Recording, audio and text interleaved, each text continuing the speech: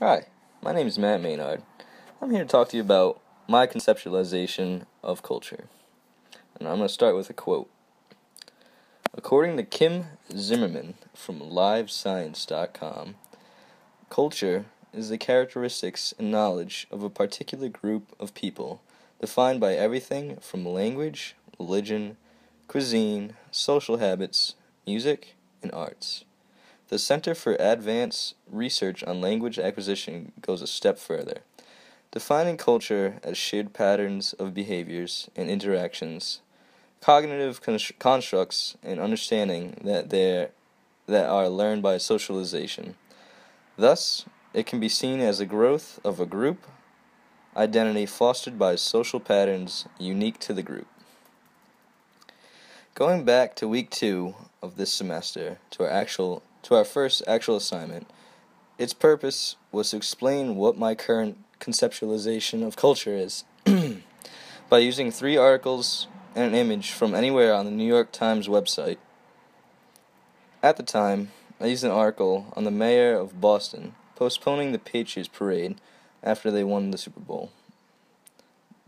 My second article was an opinionated piece on the president and the government's plans to drill for oil along the East Coast. My third article had to do with a man in France who used Vine to help him become famous. Lastly, my image was of Katy Perry on top of a lion at the most recent Super Bowl. Looking back at it now, I find it amusing to see what I used to define culture.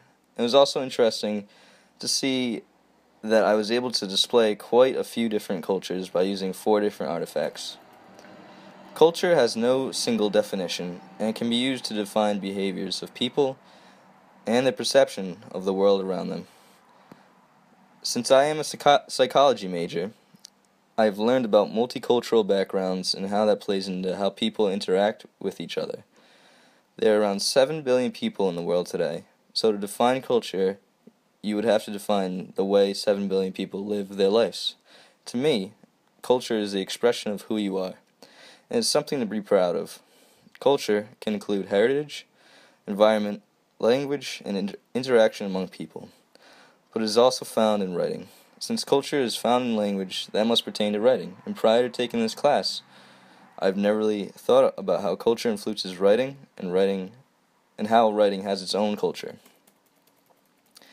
Yet, as the weeks went by, I was able to learn more and more about what writing culture is, what it means to me, and what it means to my fellow classmates.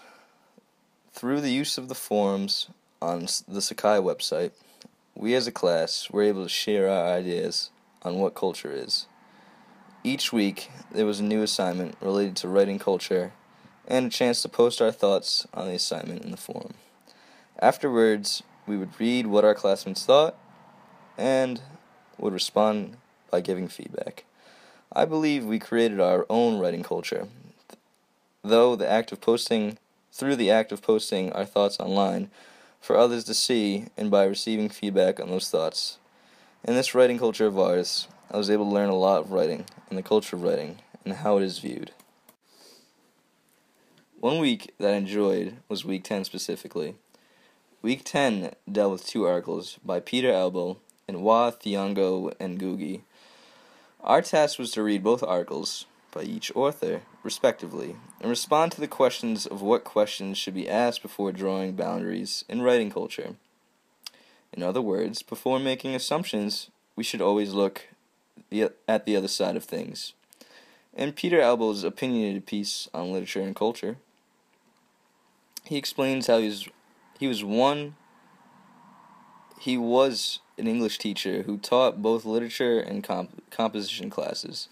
He enjoyed both sides of the writing culture of teaching and expressed his love for both literature and composition. His fault had to do with the boundary or divide between the 2 classes. Before this task was assigned to me, I never looked at the view of a divide between 2 subjects and how much literature relies on composition and vice versa. I was able to learn a great deal about writing culture and how the education systems do not value a combination of the 2. And Ngugi's article dealt with how his university provided an English class dealing with the American and British culture and not the African culture he is part of. He explains how it's all well and good to learn about the English culture, but it is more relevant to learn about the culture that we surround ourselves in. I came to a realization that even in writing culture, not everyone is understood. This seems to be a common misconception when it comes to culture. Looking back at Kim Zimmerman's article, What is Culture?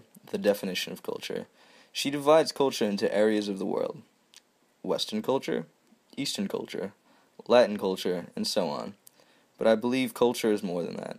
Culture deals with food and writing, but that shouldn't limit culture to specific areas, especially because America and Europe are full of different people and cultures, which have created brand new traditions and cultures. This is why I find it silly to try and define culture.